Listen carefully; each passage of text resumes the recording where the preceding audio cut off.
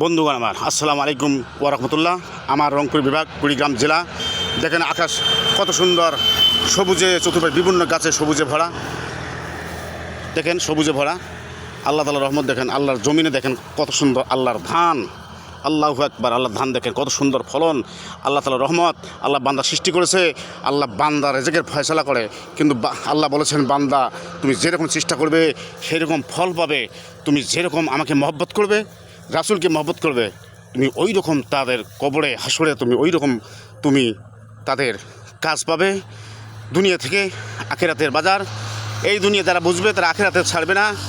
দুনিয়া রেজেকের জন্য ভালো, সুর নজরে ব্যবসা বাণিজ্য সবে হালাল পথে করিবে।